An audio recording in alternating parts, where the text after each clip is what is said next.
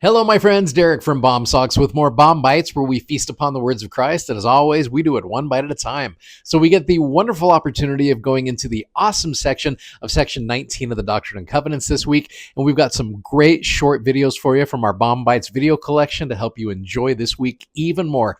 And if you haven't already, please go check out our amazingly comfortable gospel-themed socks at bombsocks.com. Godspeed, friends, and enjoy the video. So with section 19, let me give you a little context here with this. So these, let me bring up these three men right here. So these three witnesses again, the Lord had said that there's going to be three witnesses to the Book of Mormon. And one of them, as you know, was Martin Harris. Now, Martin had kind of a rough go. He lost the 116 manuscript pages. Martin struggled with forgiving himself through this.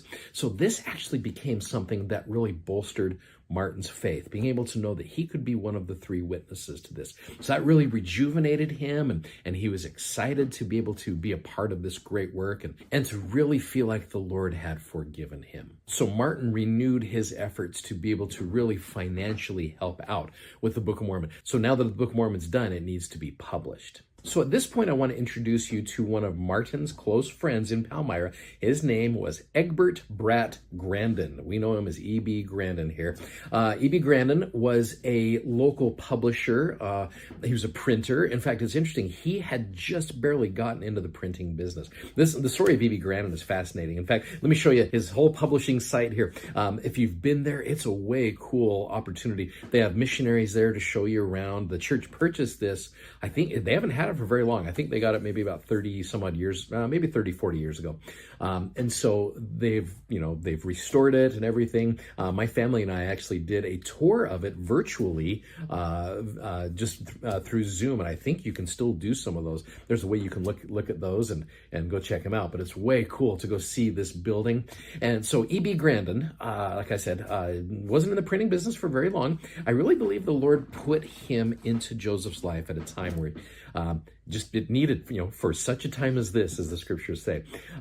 So he wasn't very much older than Joseph. He was a little bit younger than Joseph. He was 3 months younger than Joseph, had a young family, just like Joseph Smith. But initially, he was not interested in publishing this much. Joseph came in with the request for 5,000 copies of the Book of Mormon, which is so greater than anything that they had done up to that point. And the cost would be $3,000, which was astronomical back then to be able to do that.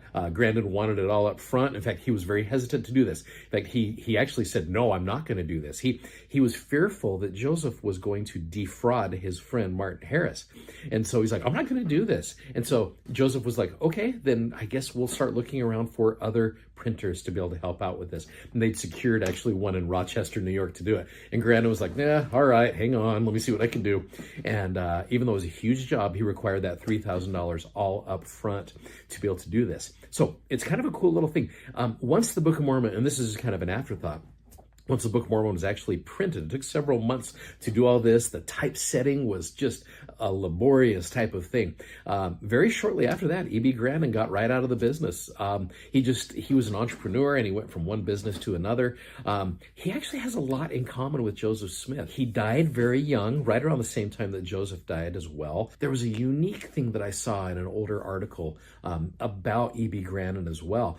He had 6 kids. So his oldest son, Carlton, at age 6, developed what was called osteomyelitis, which was typhoid fever in the leg. Now, that may sound familiar to you because that's exactly what Joseph Smith had, that almost amputated his own leg with that. The sad thing is Grandin's son passed away from this. And so there's some similarities there with that. So I don't know if he and Joseph stayed connected with that, and Joseph was able to be a help to him during that time period. But anyway, just some interesting connections there with Joseph and E.B. Grandin. Hey, thanks so much for watching. Thanks for subscribing, and thanks for sharing these episodes. We appreciate that so much. If you like what you see, please click the like button. And you guys have an amazing week. Godspeed. Take care. Bye-bye.